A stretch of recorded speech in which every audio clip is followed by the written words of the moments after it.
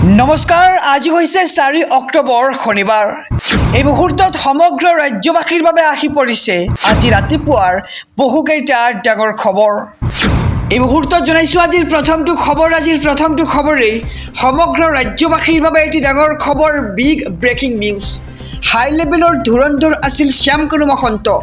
ৰাজ্যৰ পৰা কেন্দ্ৰ চৰকাৰলৈ লুটিছিল শ্যাম কানুৱে।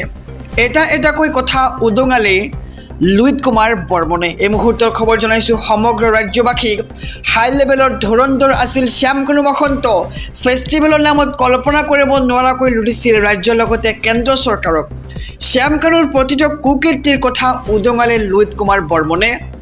অসম আৰক্ষীয়ে স্পন্সাৰ কৰিছিল শ্যাম কানুৰ ৰঙালীত আৰু APDCLৰ প্ৰজেক্টৰৰ নামতো শ্যাম কানুৱে পাইছিল চৰকাৰী ধন। কেৱল অসমেই নহয়, মেঘালয় চৰকাৰৰ পৰাও টকা লুটিছিল শ্যাম কানু মহন্তই।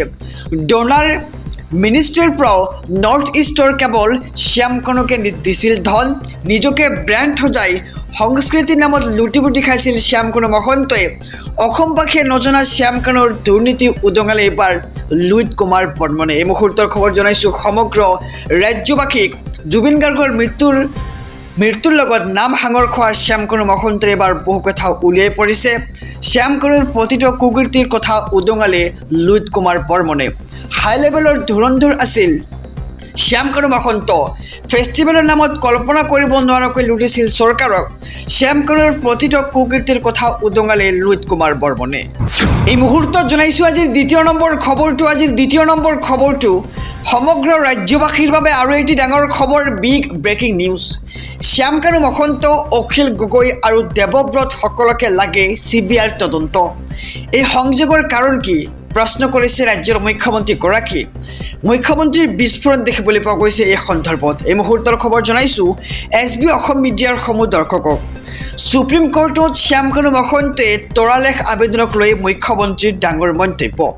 শ্যাম কানু মহন্ত বিচৰা নাই অসম আৰক্ষীৰ তদন্ত। অসম আৰক্ষীৰ পৰিৱৰ্তে CBI অথবা NIAৰ তদন্ত বিচাৰিছে শ্যাম কানু মহন্তই। অখিল গগৈ আৰু দেৱব্ৰত শইকীয়াও বিচাৰিছে CBIৰ তদন্ত।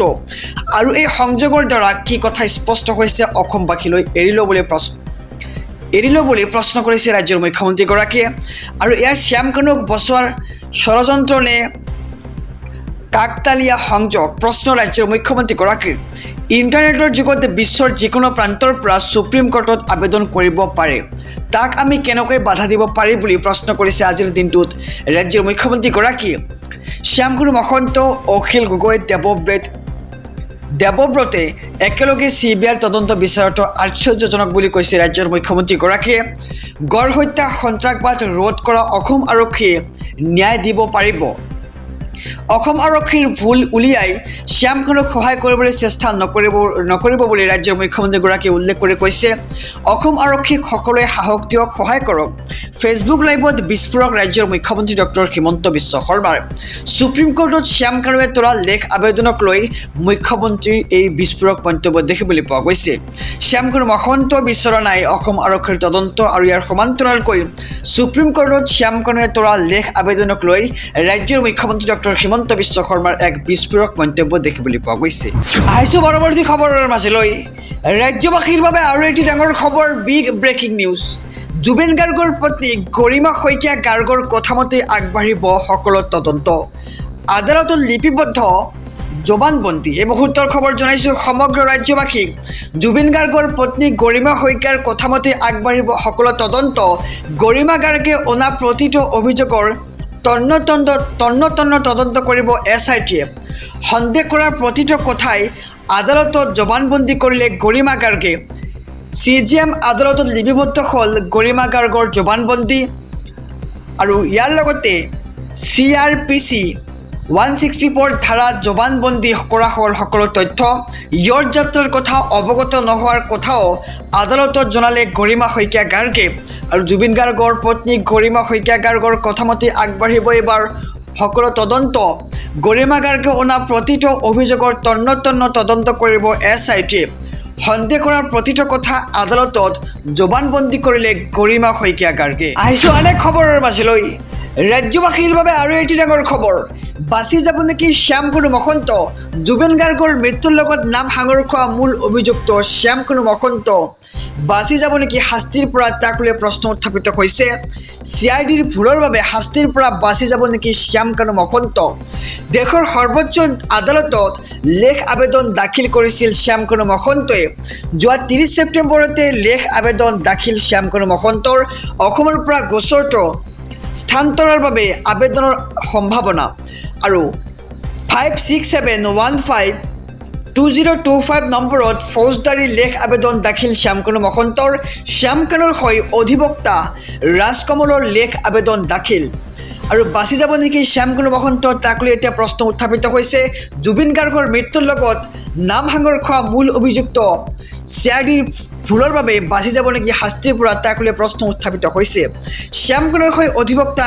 ৰাজকমলৰ লেখ আবেদন দাখিল দিয়া দেখিবলৈ পোৱা গৈছে আৰু বাচি যাব নেকি শ্যামকনু মহন্ত তাক লৈ এতিয়া প্ৰশ্ন উত্থাপিত হৈছে আহিছোঁ অনেক খবৰৰ মাজলৈ ৰাজ্যবাসীৰ বাবে আৰু এটি ডাঙৰ খবৰ বিগ ব্ৰেকিং নিউজ লাইক কমেণ্টৰ আঘাত ফেচবুক ইনষ্টাগ্ৰামত জুবিন অনুৰাগী হৈ দেখুৱাসকল সাৱধান কঠোৰ হৈছে ৰাজ্যৰ মুখ্যমন্ত্ৰী ডক্টৰ হিমন্ত বিশ্ব শৰ্মা এই মুহূৰ্তৰ খবৰ জনাইছোঁ সমগ্ৰ ৰাজ্যবাসীক খবৰটো দিয়াৰ আগতে যদিহে আপুনি চেনেলটোত নতুন তেন্তে ছাবস্ক্ৰাইব কৰক আৰু যদিহে এতিয়ালৈকে ভিডিঅ'খনত লাইক কৰা নাই এটা কৈ লাইক কৰি দিয়ক ফেচবুক ইনষ্টাগ্ৰামত জুবিন অনুৰাগী হৈ দেখুৱাসকল সাৱধান ফেচবুক ইনষ্টাগ্ৰামত ফলোৱাৰ গোটাবলৈ বহুত জুবিন অনুৰাগী হৈছিল ফেচবুক ইনষ্টাগ্ৰামত কোৱাসকলে হাইকোৰ্টৰ সন্মুখত দিব লাগিব তথ্য তদন্তৰ বাবে গঠন হোৱা ন্যায়িক আয়োগৰ সন্মুখীন হ'ব লাগিব এইসকল তেতিয়া স্পষ্ট হৈ পৰিব কোন কিমান প্ৰকৃত জুবিন অনুৰাগী কাৰ হাতত কি তথ্য আছে ন্যায়িক আয়োগৰ হাতত দিয়া এয়াই সঠিক সময় ফেচবুক ইনষ্টাগ্ৰাম ব্যৱহাৰকাৰীক লৈ মুখ্যমন্ত্ৰী হিমন্ত বিশ্ব শৰ্মাৰ বিস্ফোৰণ দেখিবলৈ পোৱা গৈছে ফেচবুক ইনষ্টাগ্ৰামত জুবিন অনুৰাগী হৈ দেখুৱাসকল সাৱধান হৈ যাওক ফেচবুক ইনষ্টাগ্ৰামত ফলোৱাৰ গোটাবলৈ বহুত জুবিন অনুৰাগী ওলাইছে ফেচবুক ইনষ্টাগ্ৰামত কোৱাসকলে হাইকোৰ্টৰ সন্মুখত দিব লাগিব তথ্য এই মুহূৰ্তৰ খবৰ জনাইছোঁ আহিছোঁ পৰৱৰ্তী খবৰৰ মাজলৈ ৰাজ্যবাসীৰ বাবে আৰু এটি ডাঙৰ খবৰ মই জুবিনকো ন্যায় দিম জাতি মাটি ভেটিও ৰক্ষা কৰিম এয়া মোৰ চেলেঞ্জ ৰাজ্যৰ মুখ্যমন্ত্ৰী ডক্টৰ হিমন্ত বিশ্ব শৰ্মাৰ এক ডাঙৰ মন্তব্য দেখিবলৈ পোৱা গৈছে এই মুহূৰ্তৰ খবৰ জনাইছোঁ SB অসম মিডিয়াৰ সমূহ দৰ্শকক জুবিন গাৰ্গৰ ঘটনাক লৈ মুখ্যমন্ত্ৰী ডক্টৰ হিমন্ত বিশ্ব শৰ্মাৰ বৃহৎ চেলেঞ্জ মই জুবিনক ন্যায় দিম অসমৰ জাতি মাটি ভেটি ৰক্ষাৰ বাবে অক্লান্ত সংগ্ৰাম কৰি যাম ইয়াক মই প্ৰচণ্ড প্ৰত্যাহ্বান হিচাপে গ্ৰহণ কৰিছোঁ মই জাতি মাটি ভেটি সুৰক্ষাৰ স্বাৰ্থত অটল হৈ থাকিম